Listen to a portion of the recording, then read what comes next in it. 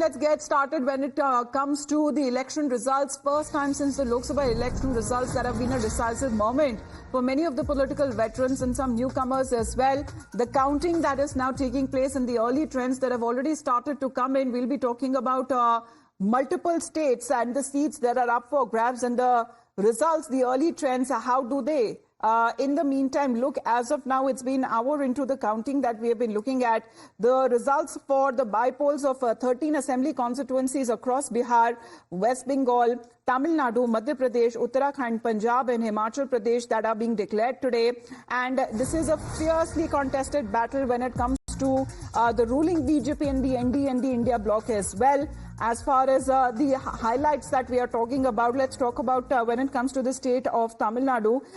Let me go across to Varshni now, because Varshni, the counting began an hour ago. How are the early trends looking as of now?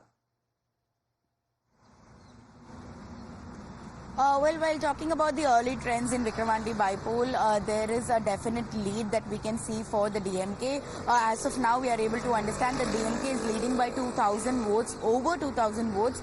In the first round of counting, we have now so far been told about DMK securing 4,000 plus votes and the NDA securing almost 2,000 votes and the NTK securing very minimal votes. Therefore, we can very clearly see an early trend that tells us DMK is in leading.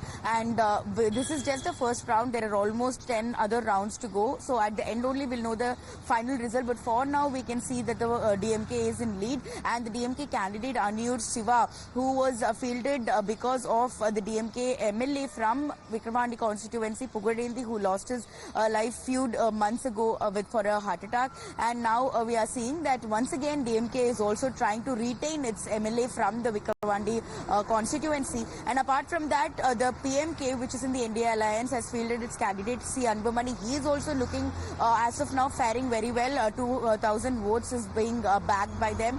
So with the day, when the day moves on, we will get to know who exactly is going to get a majority, which according to sources and ground level reports, we are able to see that DMK has a bigger edge than the NDA this time around as well.